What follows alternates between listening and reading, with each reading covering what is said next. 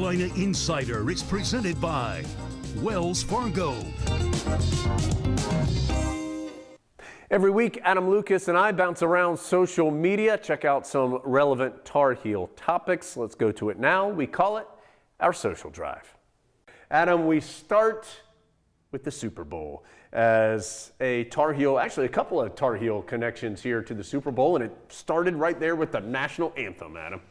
Eric Church breaking out I believe those are Jordan 1's Player Edition Jones, as I'm sure you know, straight from Mac Brown and Jason Freeman in the Tar Heel equipment room. Wanted to make sure that Eric Church had some gear that's the rehearsal. He didn't wear them for the actual national anthem, but they got plenty of play from wearing them at the rehearsal, and he did a great job on the national anthem along with Jasmine Sullivan. Absolutely, and congratulations also to TJ Logan, former Tar Heel running back, who was on the Tampa Bay Buccaneers. Unfortunately, TJ was injured, was on the IR for the Bucs, but part of the Super Bowl winning team, so congratulations to TJ for being part of a Super Bowl champion. On the audio version of the Carolina Insider, we've been discussing recently homemade Tar Heel crafts and artwork, things that people have made that have become a part of their home, and we asked people to send a bunch of this stuff in, and we got some great results. Yeah, and we just thought it translated better to the video pod than the audio pod.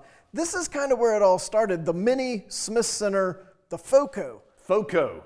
And this one was built by Agatha Donker. And now, let me tell you, this might look easy, but what we have learned is that building these little Smith Centers is very time and labor intensive. Yeah, so these are, we'll go to the next shot here. Look at these are tiny little, almost like Legos, but FOCOs. You see the shot from down low. They've got the full floor. And then Bobby Casey, when we were talking about what Agatha had done, Bobby sent this in and gave us some behind the scenes, and as you can see there, he said the piece is small, instructions slightly vague, and once we said that on the audio version of the pod, we've heard from a lot of people that vague may even be a nice way to put it, how difficult these instructions are.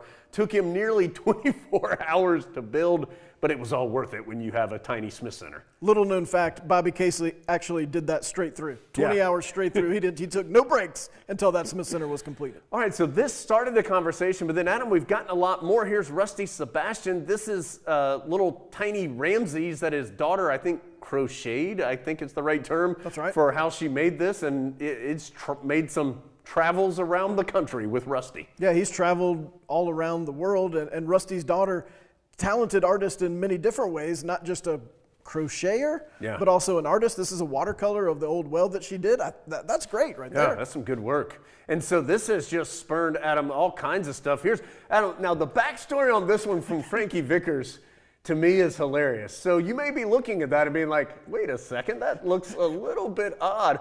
Frankie originally made this at 7 years old for the 1993 National Championship. The original drawing was North Carolina Tar Heels and the championship banner from 1993.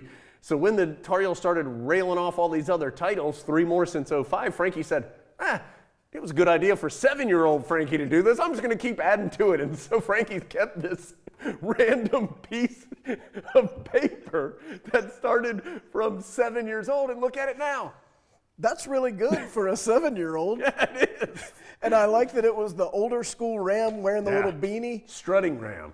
Yeah. Yeah, I like that. That was good work.